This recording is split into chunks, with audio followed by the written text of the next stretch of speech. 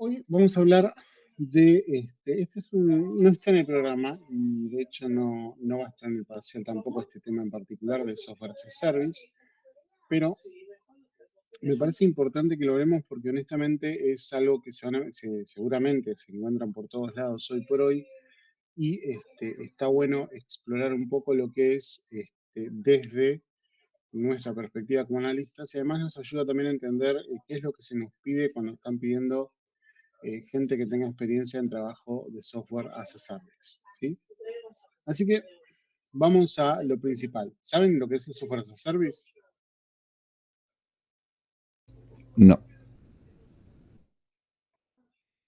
Me encantó lo sucinto de esa respuesta. Bien, lo, el software as a service en realidad es parte de toda una concepción de empezar a vender o convertir todas las cosas como servicio. Em, Ustedes pueden estar más de acuerdo con eso o no, eso depende también de ciertas posturas, pero es lo que está pasando, ¿sí? En el pasado, lo que ocurría es que ustedes compraban una licencia de software y la tenían literalmente de por vida, o sea, ustedes podían usarla todo el tiempo que quieren, o sea, si tuvieran la posibilidad de conseguir, o si todavía tienen una licencia original, por ejemplo, de algún Windows viejo, ustedes podrían, incluso los actuales todavía los están vendiendo en cierta medida como eso, ustedes tienen todavía el derecho de instalarlo de acuerdo al tipo de licencia que tienen en su máquina o en varias máquinas, de nuevo dependiendo del licenciamiento. La idea del software as a service es básicamente deshacernos de eso y ofrecer el uso del software por un periodo determinado con una cuota regular determinada. Básicamente, eventualmente, como si fuera un servicio, como si uno pagara la luz por mes o cuestiones de ese estilo. ¿Sí? Bien. Que si ustedes se ponen a ver, la mayoría de los software que se venden, especialmente software de diseño, software de trabajo, incluso cuestiones o herramientas que nosotros podríamos llegar a usar, como por ejemplo Jira, DevOps, demás, se están ofreciendo en este formato, en esta forma de uso, ¿sí? Que tiene sus ventajas y desventajas, honestamente, porque no hay que pensarlo siempre en negativo, pero por ejemplo, para ciertas organizaciones, la idea de poder usar un software durante un determinado periodo de tiempo y después, si no lo están usando, por darlo de baja sin haber hecho la inversión completa, puede resultar atractiva, ¿sí? De hecho, lo que se hace muchas veces se evalúan los softwares para uso. ¿Sí? Desde esta perspectiva, hay software que es software as a service que se lo considera con un concepto que es lo que estamos viendo en pantalla, que es off the shelf. Off the shelf o del estante, si lo traducimos literalmente. ¿Sí? Que es software que se usa, software de uso general, software que no le van a customizar, que cómo se ofrece se tiene que usar, ¿sí? Son para soluciones comunes, usualmente lo bueno de esto es que tiene un solo baseline y en principio esto tómenlo con pinzas, por eso están los asteriscos, son fáciles de adquirir y de usar, ¿sí? Supónganse, si alguno de ustedes usa la suite de Adobe, especialmente ahora que ellos ya han migrado al software as a service, se puede básicamente ver qué parte de la suite se va a usar y en base a eso se paga y en teoría es fácil de utilizar, ¿sí? Ahora, desde nuestra perspectiva como analistas, cuando trabajamos en un software as a service, específicamente como algo que es off the shelf, es relativamente, la palabra no sería simple, pero menos complejo, por decirlo de alguna manera, que trabajar en algún tipo de software customizado, porque tanto los requerimientos como el tipo de persona, en el sentido de definición de persona usuario que tenemos, la definimos desde una perspectiva más acotada, por decirlo de alguna manera. Pensamos más bien en un usuario de tipo general y no en un usuario específico que requiera de ciertas cosas o ciertos elementos en particular, ¿sí? Esto es lo que se suele denominar como off the shelf, que honestamente muchas organizaciones que están haciendo software as a service tratan de apuntar a que no solamente sean software as a service, sino que además sea off the shelf, es decir, se utiliza como se vende. ¿Sí? Perfecto. Bien. De hecho, mostrar, vamos a entrar a ver si siguen mis amigos arriba. Voy a mostrar algo.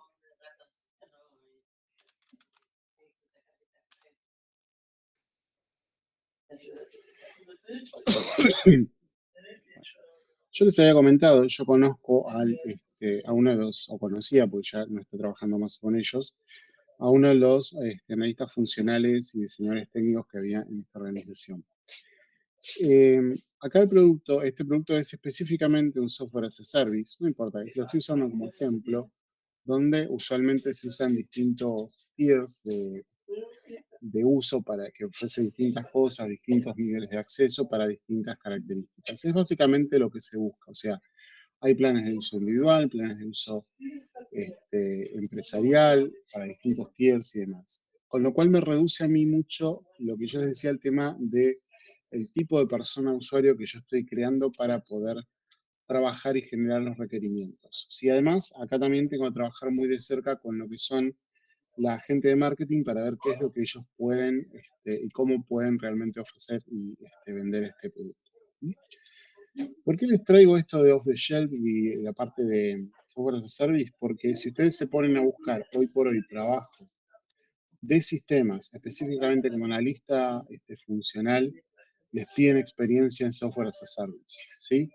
Muchas veces hay gente que lo tenemos y no nos damos cuenta porque por ahí no tenemos las definiciones si no lo tenemos, por lo menos saber bien lo que es por una cuestión de, bueno, tener esto presente. ¿Sí? Perfecto. Entonces, como les decía, Software as a Service es básicamente un software previsto en forma de suscripción, como vimos con el ejemplo, ¿sí? No se requieren o no se ajustan a requerimientos específicos. Se crea un baseline o un producto base sobre el cual se hacen los requerimientos. Se lo puede llegar a crear este nivel de tiers por ahí que tiene de niveles de uso, ¿sí? Y de esa manera se le ofrece. Y ese ofrecimiento, ese costo que tiene es relativo al nivel de usuarios. Bien. ¿Alguien trabaja con licenciamiento de organización?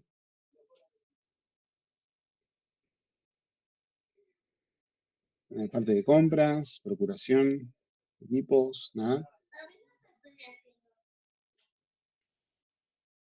Bueno, les comento igual que es una tendencia en general de tratar de mover todo eventualmente a lo que es software como servicio, ¿sí? De hecho, hasta sistemas operativos lo están queriendo hacer. No encuentran la forma bien todavía con ciertas cosas, aunque hay algunos planes, pero es eventualmente como lo quieren hacer, ¿sí? ¿Mm? Perfecto. Lo bueno de los software as a service es que yo no solamente estoy ofreciendo en muchos casos el software en sí mismo, sino ya le estoy dando o lo estoy ofreciendo con una infraestructura cloud, ¿sí? Ya sea Azure, ya sea Google Cloud, ya sea la de Amazon, esto lo puedo llegar a integrar, ¿sí? Para el usuario es totalmente invisible esto, porque en definitiva ellos lo único que están haciendo es comprar el servicio en particular. Fíjense cuántas cosas que antes el software uno lo guardaba en la computadora, en su propia computadora, en su propio sistema, y eventualmente estaba trabajando por una empresa en un servidor, ya en realidad se están empezando a guardar en sistemas cloud, incluso cuestiones tan un poco más comunes como OneDrive y demás, ¿sí? Lo bueno de esto es que nos quita por ahí un poco la presión de pensar en cuestiones de infraestructura, si bien esto lo hace más bien en la parte más técnica, no tanto la funcional, pero podemos de ahí, de hecho, podemos incluso llegar a usar cosas que ya están construidas en la nube para aplicar y enfocar lo que es el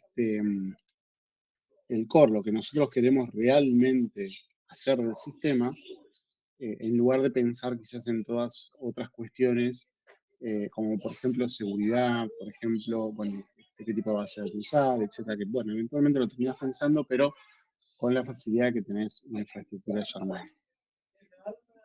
Bien. ¿Mm?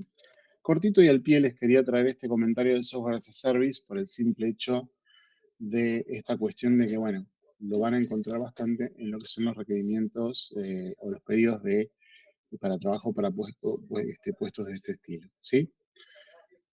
Bien, ¿alguien ha trabajado en un producto o proyecto que use, ya sea Amazon Web Services, Google Cloud, alguna cuestión de ese tipo?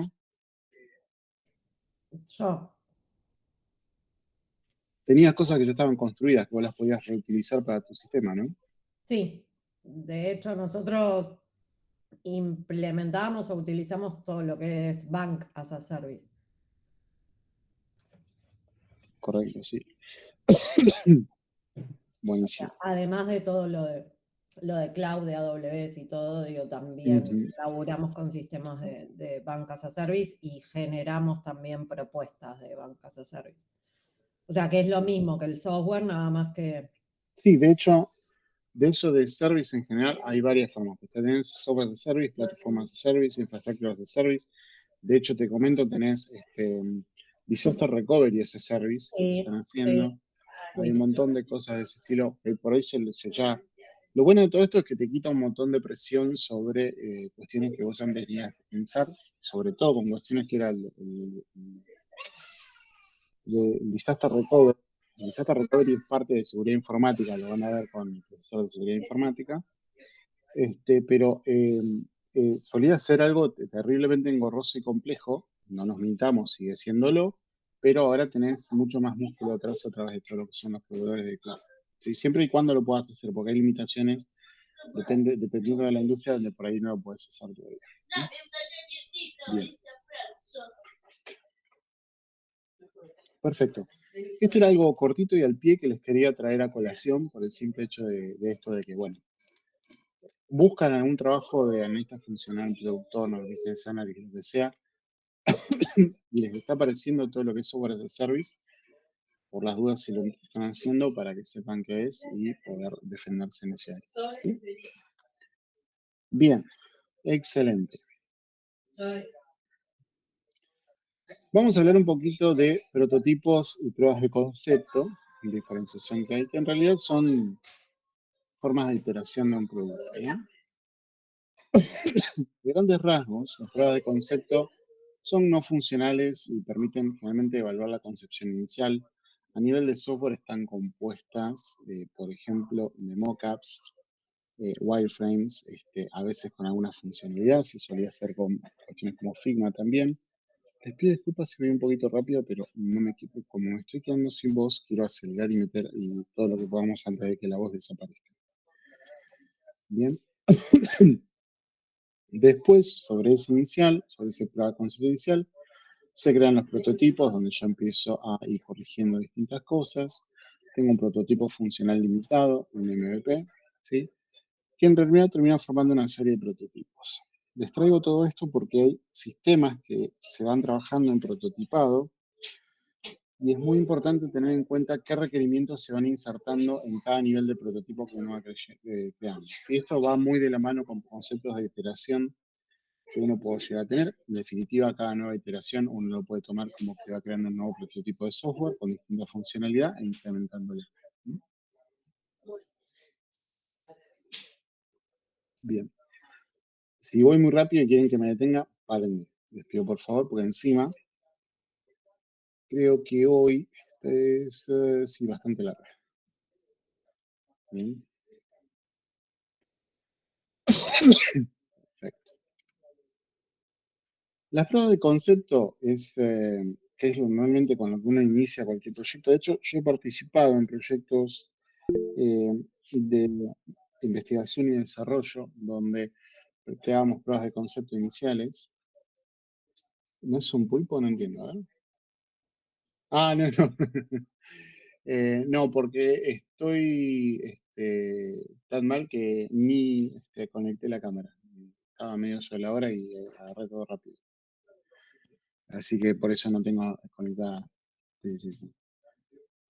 Pero bueno, bueno, les decía, el tema de punto de concepto, pruebas de concepto es un punto intermedio entre concepción, es decir, cómo yo lo voy creando, y realización antes de empezar a armarlo, para tener un entendimiento práctico de la idea, ¿sí? Es decir, si tiene aplicación. Usualmente, si lo armo bien, puedo también revisar visualmente el análisis que se fue haciendo. y permite identificar errores tempranos, es decir, si tengo cuestiones que corregir. De hecho, si se acuerdan de ese episodio, ¿sí? Estos saltaron de un concepto inicial a la realización. Nunca hubo pruebas de concepto intermedias. ¿Sí? ¿Se acuerdan de ese episodio de Los Simpsons? Sí, el que reencuentra al hermano. Esto es literalmente un ejemplo donde ustedes tienen a alguien que vino, metió, bueno, esta es mi idea, no hicieron nada de pruebas de concepto inicial, nada. Obviamente todo el hermano le había dado el visto bueno que siguiera, pero bueno, no debería haber sido así. E incluso, fíjense que no es muy parecido la prueba de concepto inicial que dibujó Homero con lo que salió, si se ponen a hilar muy fino.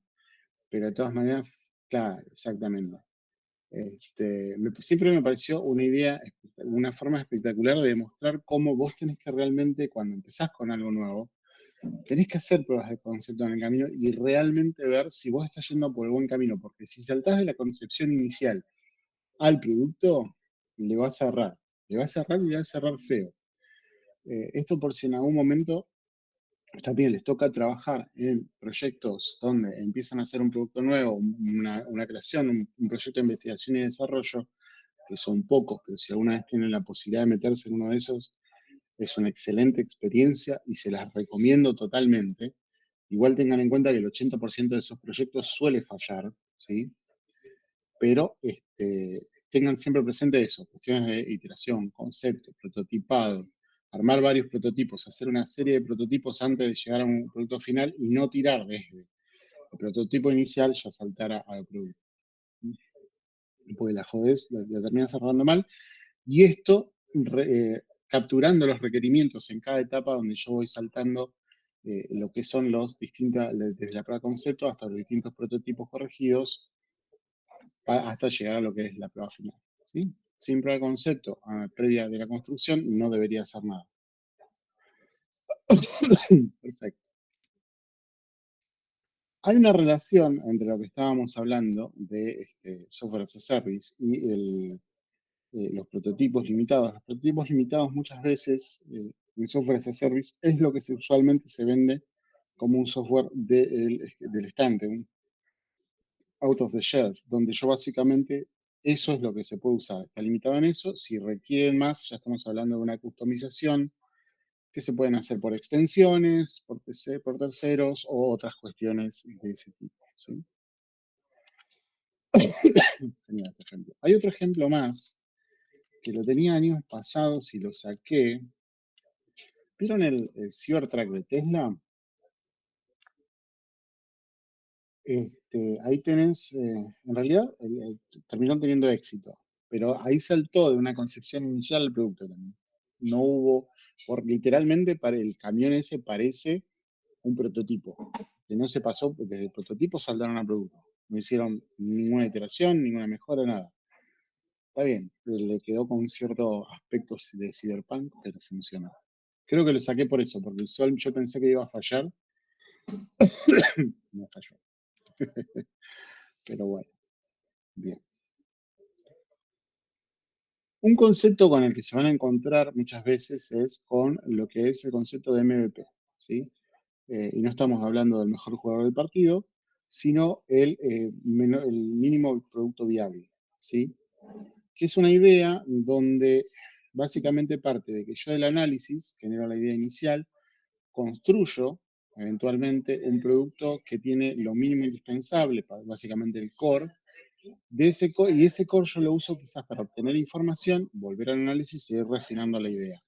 Pero el MVP es una funcionalidad mínima. En muchas metodologías de desarrollo, como por ejemplo en Deep Development, se trabaja justamente por incremento de prototipado, ¿sí?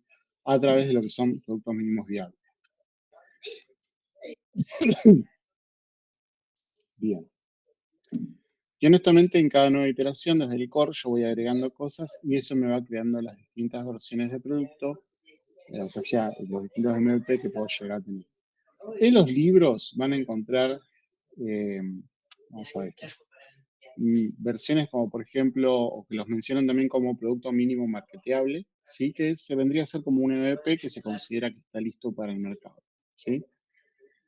No hay mucho más que eso. Y después tienen otros nombres como, por ejemplo, producto mínimo incremental, que en realidad es lo mismo que un MVP. Cuando empiezan a filtrar demasiado los conceptos, son gente que están queriendo vender libros y vender conceptos. No le dé tanto, hay gente que realmente hace eso, eh, con lo cual hay que tener cuidado, pues en definitiva sigues haciendo lo mismo. Lo que pasa es que quieren hacer como distintos niveles o una sobreclasificación de cosas. Opinión personal, pero me parece que aplica.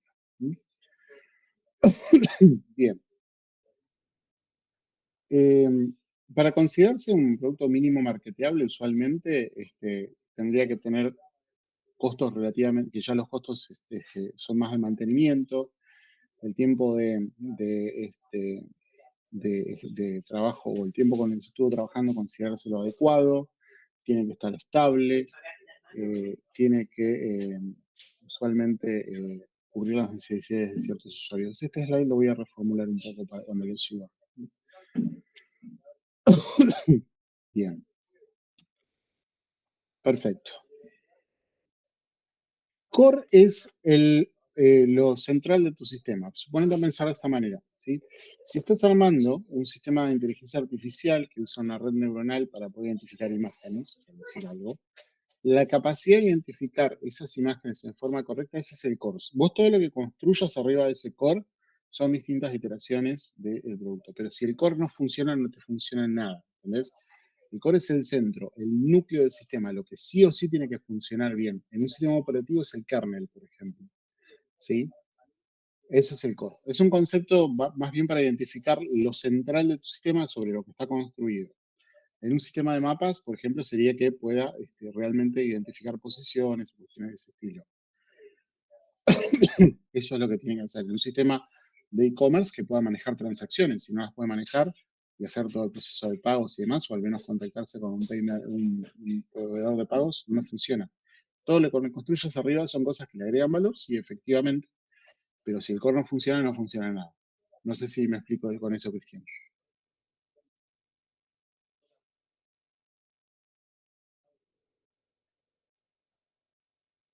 Perfecto. Usualmente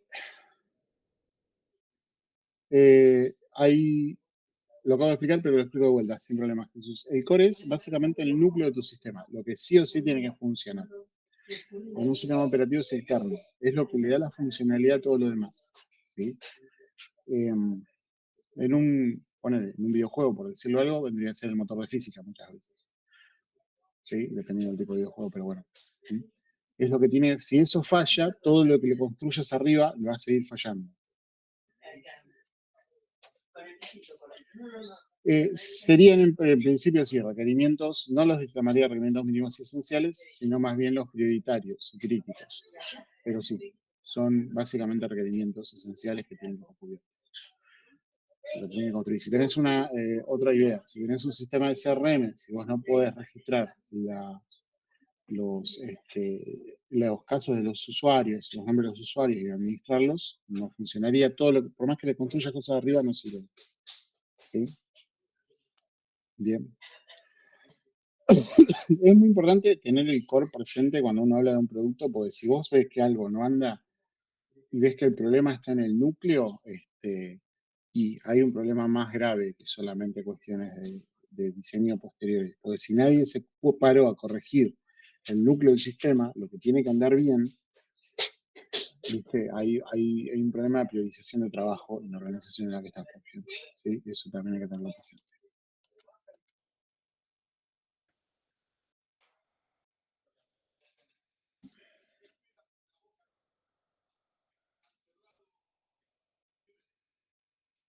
Efectivamente, es un grupo de componentes, sí, es correcto, pero que actúan en conjunto. La principal parte de un sistema es que cada uno de los componentes o cada una de las partes actúen en un conjunto. Dependiendo de dónde yo me estoy parando, cuando los voy viendo puedo ver sistemas, subsistemas, componentes individuales, ¿sí? O sea, cada componente, incluso si yo lo bajo el nivel de vista, por ahí lo puedo ver como un sistema en sí mismo. Con lo cual también depende un poco del nivel de visión que yo voy teniendo, ¿sí? Eh, Si se definen como sistema y no trabajan en conjunto, y mucho no van a hacer, ¿sí? Es medio raro. La parte de un sistema es un grupo de computadoras y redes. En parte sí, si trabajan juntos lo es, pero no es la definición más común que uno debería tener en cuenta, ¿no?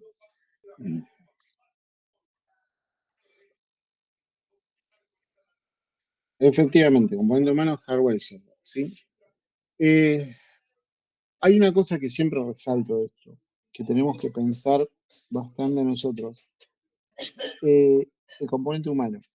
Y esto es una cuestión normal de gente que trabaja en sistemas. Solemos centrarnos mucho en el hardware y el software en definitiva, ¿sí? El hardware a nivel de infraestructura muchas veces, el software a nivel de lo que se está desarrollando. Pero siempre no hay que olvidar nunca que lo que se desarrolla en definitiva es para que alguna persona lo pueda utilizar, ¿sí? Por eso también el peso que está empezando a tener cuestiones como UX últimamente, ¿sí? UX, que en definitiva es toda una rama que tiene mucho sentido que lo sea así. Yo sé que a veces podemos llegar a pensar como que es un poco básico, pero la realidad es que es muy, muy importante en cuanto al uso de lo que es el software en particular, ¿sí? ¿Alguien ha tenido chance de trabajar con un experto de UX o alguien ha hecho cursos de UX?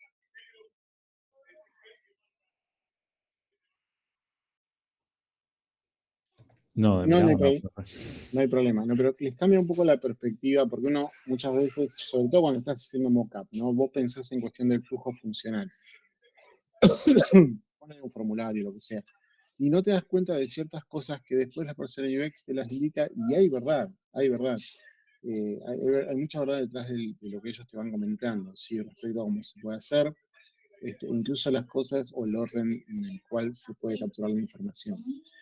No solo eso, también pensar en la capacidad del usuario objetivo que vos tenés. O sea, si estás haciendo un sistema muy complejo, obviamente los inputs o las cosas que el usuario final va a tener que hacer es mucho más complejo que por ahí un usuario que simplemente quiere registrarse para acceder a decir algo, un sistema de streaming, ¿sí? Pero incluso en un mismo sistema vos podés tener usuarios de, por decirlo de alguna manera, de más bajo nivel y de más alto nivel. Y tenés que adecuarte a cada uno de acuerdo a qué es lo que necesita y cómo lo puede manejar. En definitiva, muy importante pensar en el componente humano, la persona que va a usar o requiere algo de ese sistema en particular, ¿sí?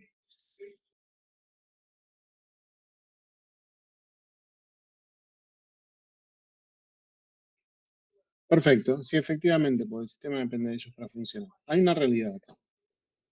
Pueden existir cuestiones contractuales, ¿sí? Eso nos excede un poco al nivel de product owner o analistas funcionales, es una cuestión del project manager, pero pueden ser cuestiones que también incluso hay que considerarlas un poco o tenerlas presentes, ¿sí? Para que el sistema funcione, bueno, sí, efectivamente, pero no es lo único, porque el sistema depende del usuario para en definitiva, funcionar más que para que el sistema funcione, ¿sí? Es una cuestión de un poquito finita la línea. Y después, porque si no los usuarios rompen todo, yo entiendo que hay un componente humorístico en esta respuesta, porque los usuarios, no importa qué tan a prueba de idiota hagas un sistema, los idiotas siempre lo rompen.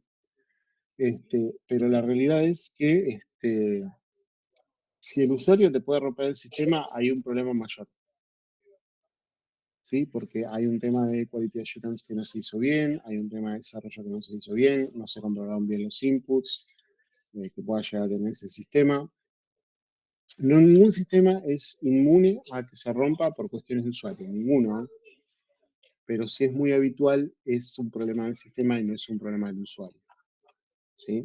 Obviamente, a sistemas más complejos, donde los inputs son más complejos, puede llegar a ser un poquito más habitual.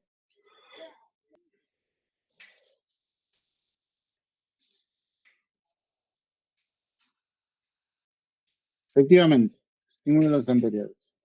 Sistemas expertos usualmente se refieren a sistemas que están dedicados a cuestiones muy particulares, cuestiones muy específicas. De hecho, yo conozco una persona que trabajó para Dassault y me contaba sobre lo increíblemente especializado que son los sistemas de software para diseño de aviones de Dassault. Dassault es la empresa que hace los Mirage. No, impresionante. Tienen incluso cabinas 3D y, bueno, un montón de cosas. Es buenísimo, excelente. Sistemas de procesamiento de transacciones son sistemas bastante habituales. Y sistemas de administración de recursos empresariales son lo que usualmente se conoce como ERPs. ¿Sí? ERP, ¿sí? Que también suelen tener como también contraparte un CRM a veces. ¿Bien?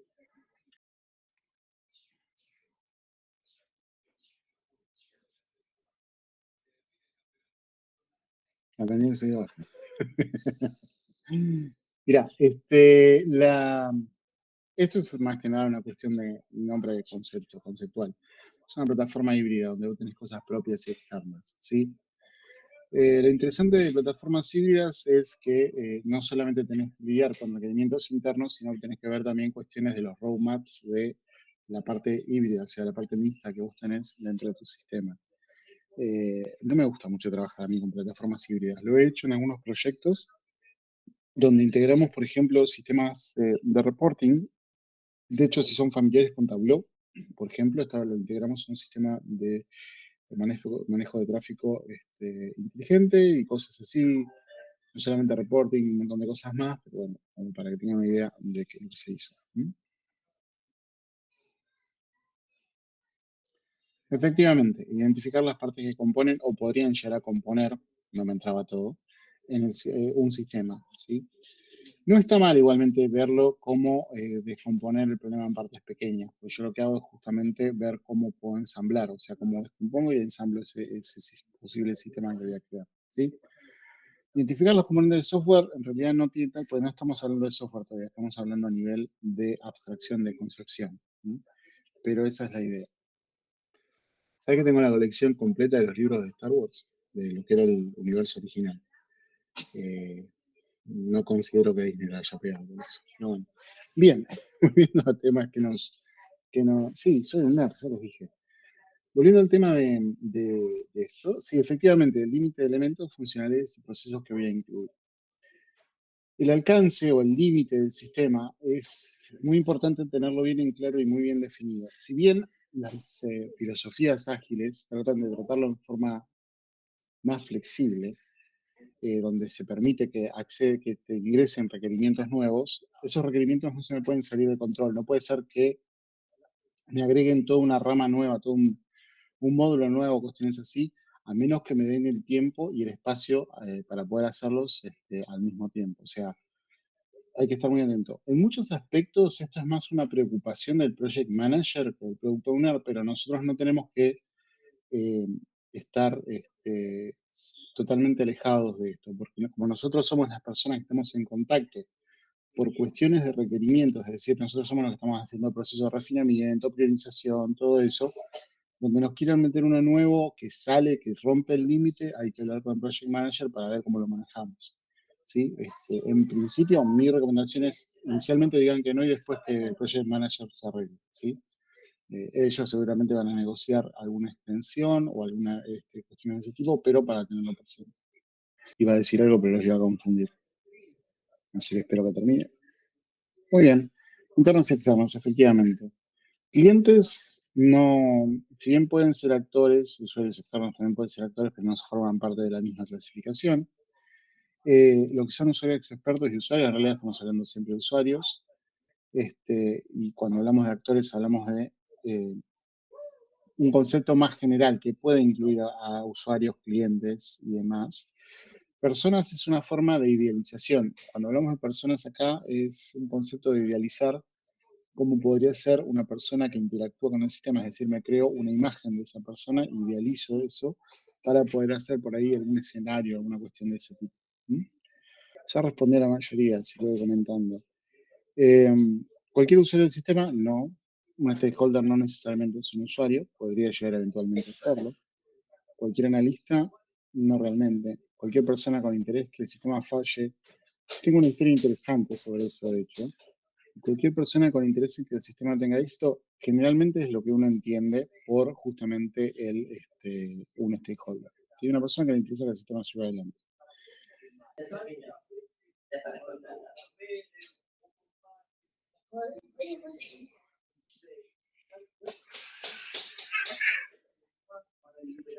Bien.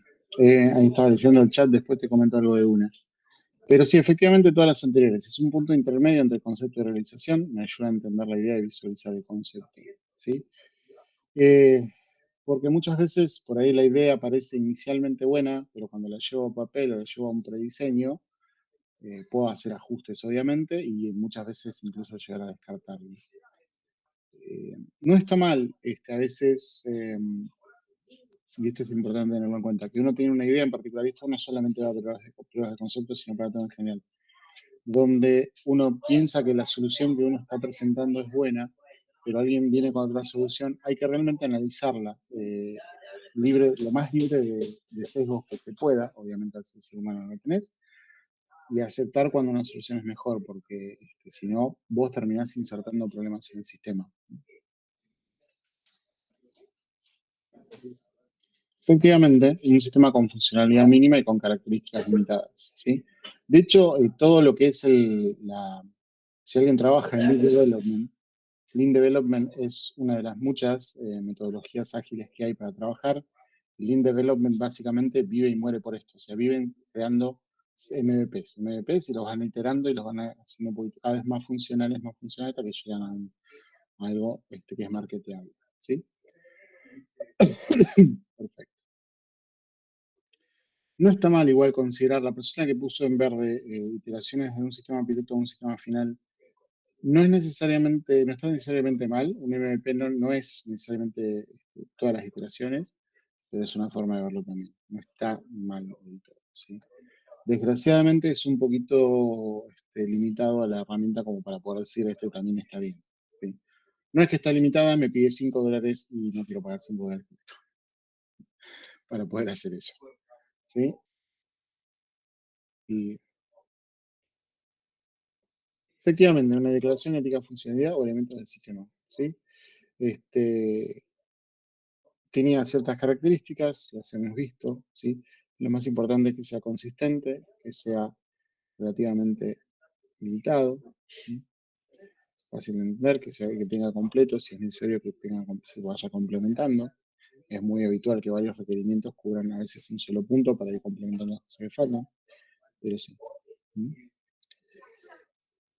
El elemento que compone el sistema a veces puede tener más cosas que solamente el software, eso hay que tenerlo presente.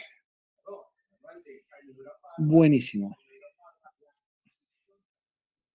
Sí, sí, pero recién en el final, quédate tranquila. No hay, no parece, ¿no? Pero como esto es funcional, uno cuando lo estudia afuera dice, bueno, la mayoría de las presiones están del desarrollador. No, no, créeme que no. Porque vos sos mucho más visible y tu cabeza está mucho más a nivel si algo pasa para que venga un stakeholder y te dé un buen bife. Hay una cosa interesante, vos es que antes les decía relevar requerimientos, y en realidad no estás haciendo no estás relevando, porque la gente no te los da así como nada, no, realmente la palabra es solicitación, por no decir, viste, que estás haciendo tortura, básicamente, para que te los den, porque necesitas ser muy insistente para que te den bien la información, muchas veces. Muchas veces no lo hacen, y los stakeholders no se dan cuenta que si no te dan los requerimientos bien, es para detrimento de ellos. Es interesante cómo sea la dinámica de estas cosas muchas veces. Efectivamente, serían talleres de trabajo, entrevistas, observaciones, hay más por supuesto, codificación. No es un método para relevar requerimientos, no significa que codificar de repente no te surja alguno. Prototipos no es uno tampoco para relevar requerimientos, pero cuando estás trabajando en cuestiones de investigación y desarrollo pueden salir requerimientos de prototipado. Sí, tormentas de ideas pueden llegar a hacerlo, y Scrum es una metodología de trabajo, no es realmente para generar o relevar o elicitar requerimientos, sino que es ya una cuestión de administrarlos y empezar a trabajarlos, ¿sí? La Scrum es una metodología. Scrum es una metodología donde vos trabajás, obviamente partís de un backlog donde tenés requerimientos, pero no es para relevar, los requerimientos ya están relevados, ¿sí? O al menos la mayoría para empezar a trabajar. ¿Sí? Efectivamente verdadero desde la perspectiva del negocio.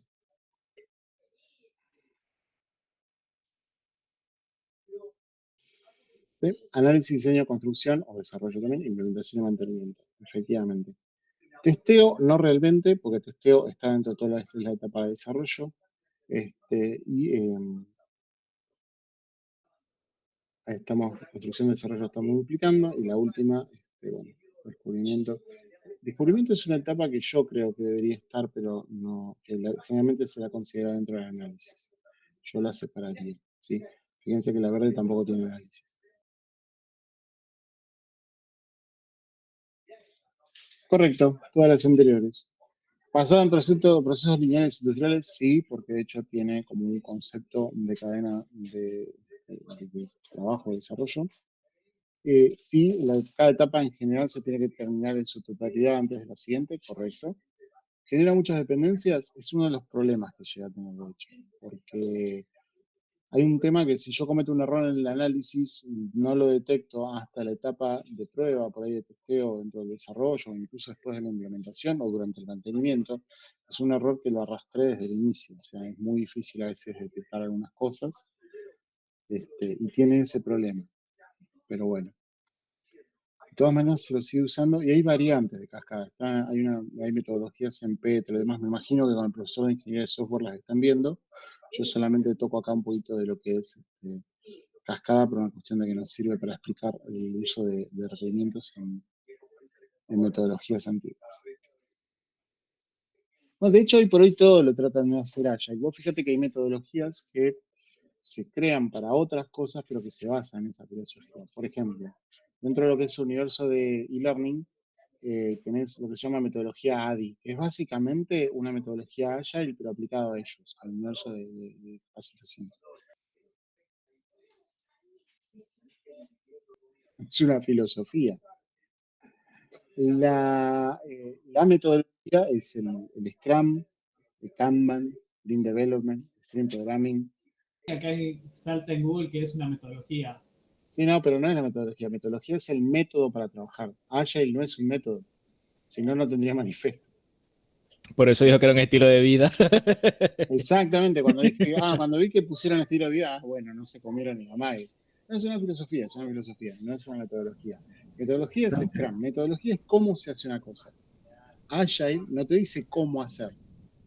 Te dice las cosas a tener presente para después desarrollar alrededor de eso una metodología. ¿Sí?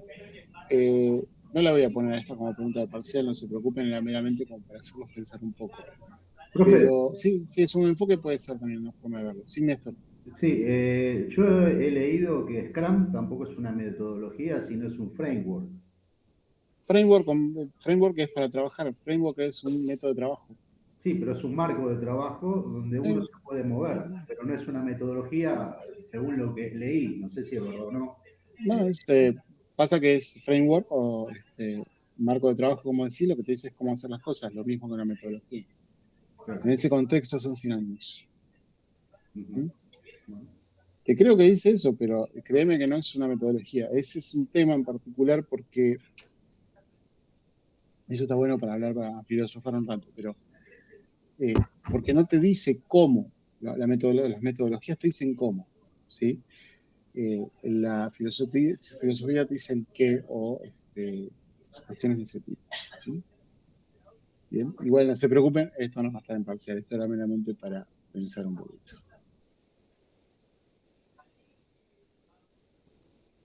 Bien, en realidad acá los que respondieron están todos bien. ¿Sí? DevOps puede ser tanto una metodología como una herramienta, dependiendo de cómo se lo tome. De vuelta, hay una limitación en el slide que no me lo permite tomar. El examen no tiene esa limitación. ¿Sí? En general, igual las más reconocidas, y por eso lo puse como correcto, es Scrum y Kanban. ¿Sí?